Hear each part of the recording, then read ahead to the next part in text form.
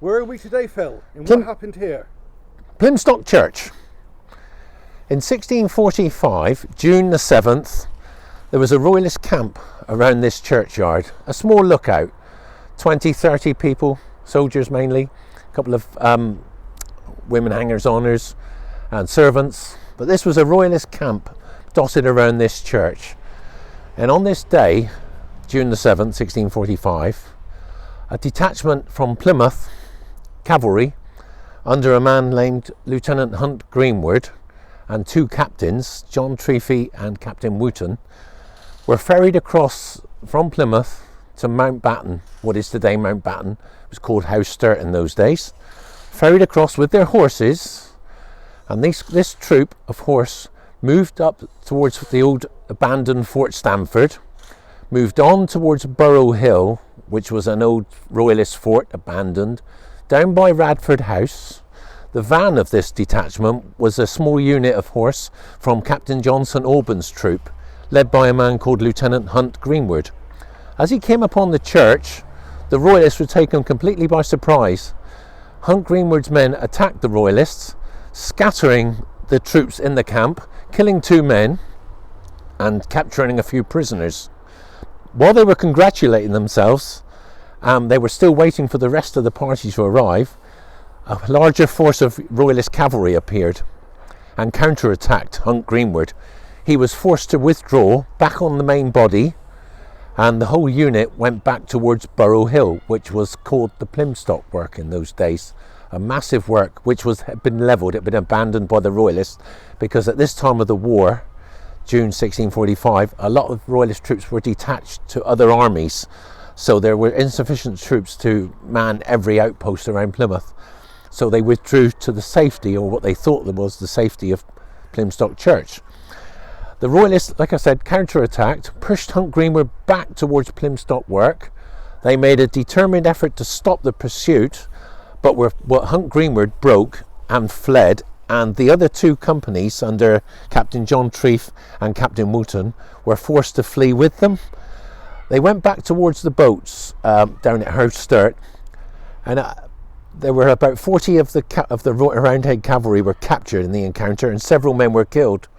So the survivors went back to the boats. They paid boatmen 16 shillings to be ferried back and forth across the toward Catwater back towards Plymouth. Now that wasn't the end of the story, because when they got back to Plymouth, one of the captains, John Treacy, was accused of the blunder. He was blamed for the fiasco here, and they didn't listen to him. So to clear his name, he asked to be sent to London, to the House of Commons, to Parliament, to explain, to give his side of the story. He was allowed to go to London. He waited a week hanging around Westminster to be allowed to go in and state his case.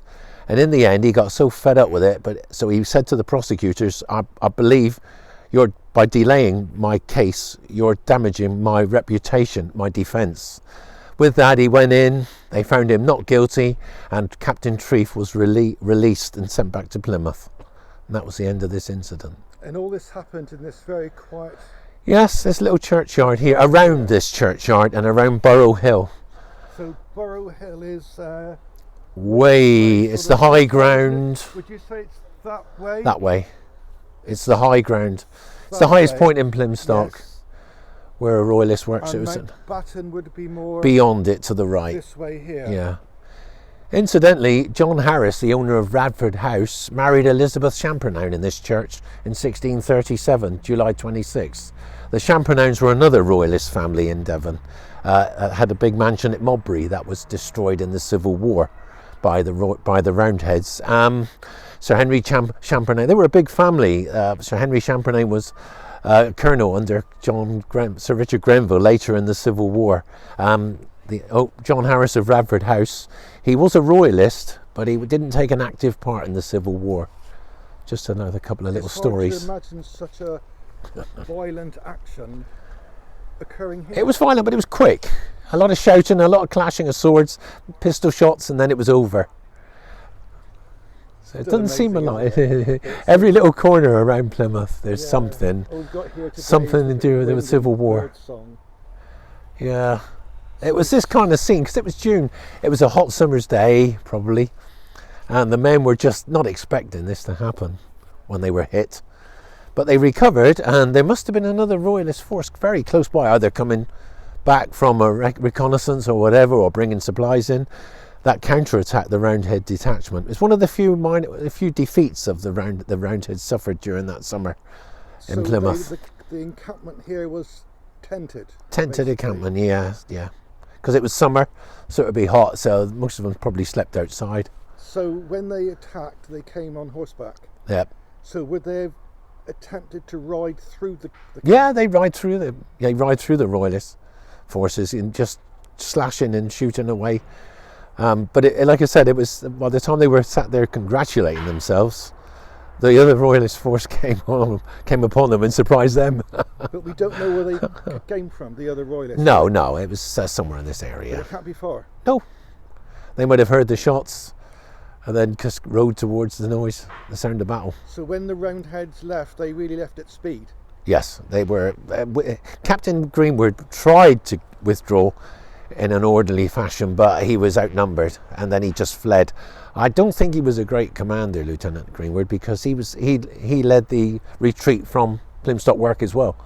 He was the one but they blamed another captain for the retreat. So would the King's men have followed them all the way down to Worcester? No, I think after the Plymstock work, I think they gave up because they don't know what's behind them. There could be another force. They'd run into two forces, the force here and the other two captains who were a short distance behind. Hunt Greenwood came on ahead of the detachment with the vanguard. When he was defeated, he fell back on the main body, and they thought maybe the Royalists thought, well, towards Stamford, we're getting towards enemy country. It's interesting to think what sort of boat they'd have used to come across. Yes, flat boats like some kind of, or a small sloop, or a barge, because there were 4 men paid 16 shillings for conveying the 16 soldiers. shillings each? No, 16 shillings for the lot. Right, so 4 shillings a piece for bringing the soldiers back and forward, and their horses. How many horses do you think there were? Maybe 60 max. 60 maximum. There weren't a lot of horses around Plymouth. Boat, isn't it? Yeah, if that many, because Plymouth was always short of horses, because the main armies commandeered horses. They had to go.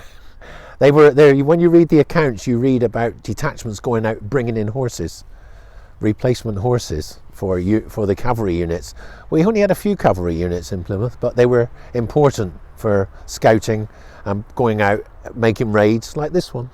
There could have been 30 or 40 troops because there were 2 captains and a lieutenant. So you had 2 captains and a couple of lieutenants, and maybe 60 troopers maximum, probably closer to 40. Because like you say, to bring those over in a boat, it's a lot of horses. And they met up with a bigger detachment of Royalist horse, but they weren't that big. Maybe the similar kind of number, but because of the surprise, they weren't sure who was behind them. Phil, thank you once again for an amazing story that is so local to where we live today. Well, like I said, everywhere you look in Plymouth, something happened in the Civil War. Thank you very much, Phil. My pleasure.